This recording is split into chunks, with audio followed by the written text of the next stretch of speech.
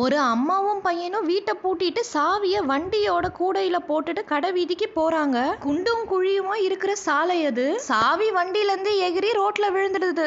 அம்மாவும் பையனும் பொருட்களை வாங்கிக்கிட்டு வீடு வந்து சேர்றாங்க.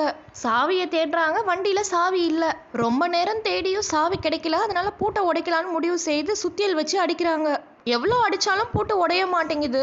இன்னொருத்தர உதவிக்கு கூப்பிடுறாரு, அவரும் அடிச்சு பாக்குறாரு, அப்பவும் பூட்டை உடைக்க முடியல. இவங்க ஒரு பக்கம் முயற்சி செஞ்சுட்டு இருக்கோம், நம்ம போய் சாவியை தேடுவோம்னு அந்த பையன் போறான். வண்டி போன வழியெல்லாம் தேடுறான். அங்க ஒரு குழிக்கு பக்கத்துல இந்த சாவி கிடைக்குது.